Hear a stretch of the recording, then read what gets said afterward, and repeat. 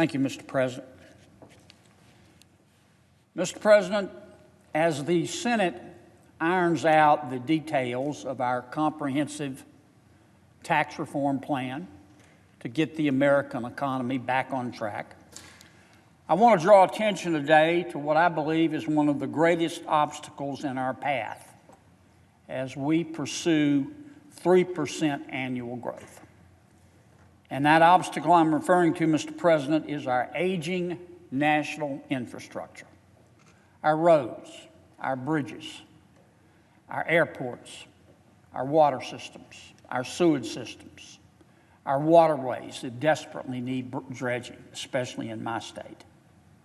If our tax plan is going to be pro-growth, then we need to take advantage of this once-in-a-generation chance to use federal revenues to invest meaningfully in our economy.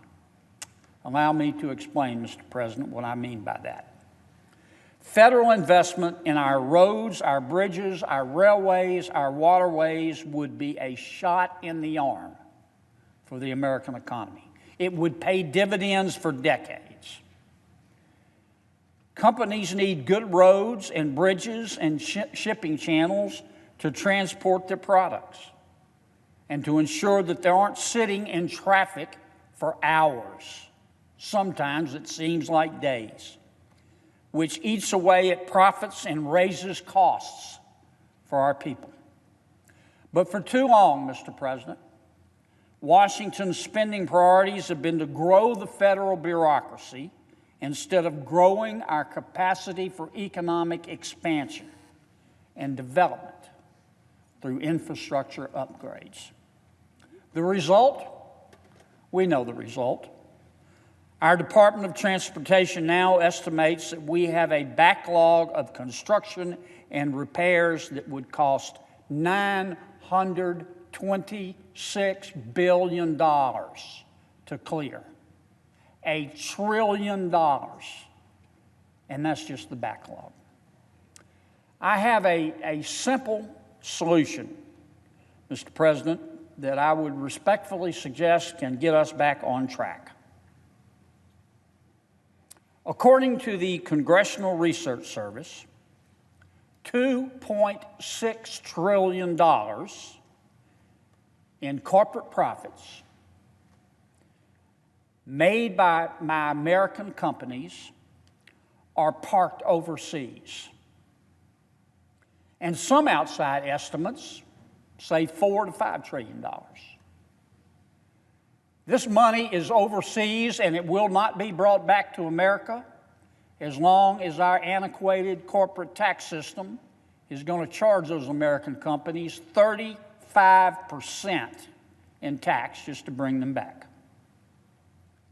Now, Congress is already discussing repatriation as a part of the move to a territorial tax system, which would use a competitive tax rate to encourage companies to bring their dollars back to the United States and keep them and invest them here in American products and American businesses and American employees. When tax reform passes, and it will, and we get a one-time surge in tax revenue as a result of this $3 to $5 trillion being brought back to the United States, we're only going to get one chance, one shot to spend that money wisely. Instead of blowing those repatriated dollars, Mr. President, on an already bloated federal bureaucracy, we ought to invest that money solely and exclusively in desperately needed infrastructure upgrades. Even a one-time targeted investment in clearing the infrastructure backlog will create jobs and stimulate our economy for decades. Because let's face it, Mr. President, too many of American roads today are axle-breaking insults to the 21st century, and they're holding our economy back. Let me be clear. We're talking about hundreds of billions of dollars flowing into infrastructure if we just make good use of those repatriated dollars.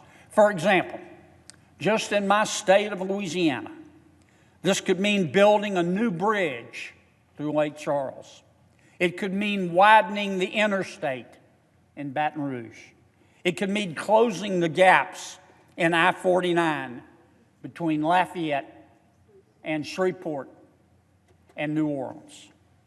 We've neglected our highways and bridges for far too long, Mr. President, and this is our chance to use tax reform to catch up, to boost our international competitiveness, to lower costs for consumers, and to put our economy back on track to 3+% growth, which the American people expect and deserve.